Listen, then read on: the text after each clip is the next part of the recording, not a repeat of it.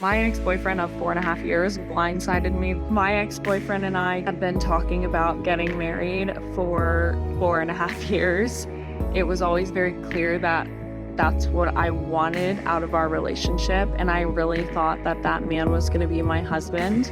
And it's because he made me think that he was going to be my husband. We had looked at rings, talked about a specific timeline. He said that he was ready. We were hypothetically planning this wedding. It seemed very likely that any time we went on a date, any trip we went on, anytime I went out for a couple of months, like there could have been an engagement. That's because he made me think that that was the truth. We went on a trip, had an awesome time. We're talking about engagement, weddings. My ex would say that he loved me so much. He was having like the best time with me on the trip. He was so happy in our relationship. I would ask him, how can I be a better partner to you this week? He would always say, we're doing amazing. There's nothing you can do better. That whole trip, he knew that he was gonna end our relationship. And that's exactly what he did. Less than a week after we returned from the trip, and even after picking out a new set of nails for me, after we got back from the trip,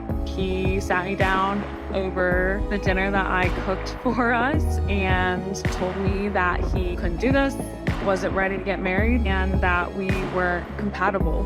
And to hear from your partner of over 4 years that you are not compatible, someone that you've lived with and functioned almost like a married couple with for such a long time, is like very insulting, because how could my perception of our compatibility be so different? And what do you mean that it took you 4 years to figure out that we are not compatible? I've been the same person the whole time. Of course, a breakup is hard if you think that things are going well and you're not fighting and you're being told that the relationship is really good. Like, that is hard enough. But to have the buildup of, we're about to get engaged, like my life is going in this direction. What next year is going to look like for me is going to be wedding. It's going to be pregnancies. It's going to be kids in my future, buying a home. I'm going on this upward slope.